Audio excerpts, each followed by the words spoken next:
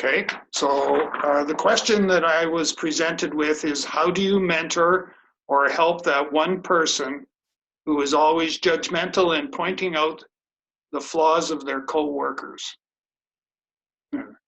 So it's an interesting thing to have somebody actually identify that, because right away my response going back was, my first question going back would be whether or not this person is open to constructive feedback themselves before they actually pass judgment on others.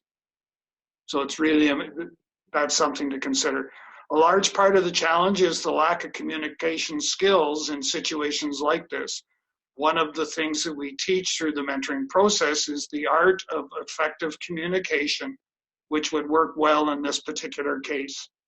Using the pause technique and asking yourself, how is what I'm about to say going to be received, is a great place to start the conversation. If you have any doubt that it will not be received in the right context, then perhaps it's time to reword. This process works really well and enhances people's communication skills.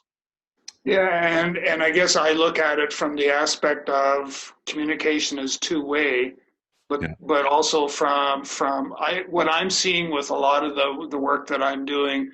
We talked about this before, the mentor versus termination service that we offer, and that one of the things that I find is that it is a two-way street. So in a workplace mentoring situation where the employee is deemed as being sort of the challenge, if you dig a little deeper, you'll find that it's not only the employee that has communication issues, but it's also the manager and the management as well. And so then it's giving both sides of that equation, giving them the tools that they need to communicate more effectively for the betterment of all, right? And it all comes down to, if everybody's in alignment, the organization is more productive. If everybody is not aligned, then we're not as productive as what we could be. For sure. And I think one of the tools to add to this is buy yourself a mirror. Yeah. I think that's pretty self-explanatory, because when you start going, I've got this to say about move the mirror in front.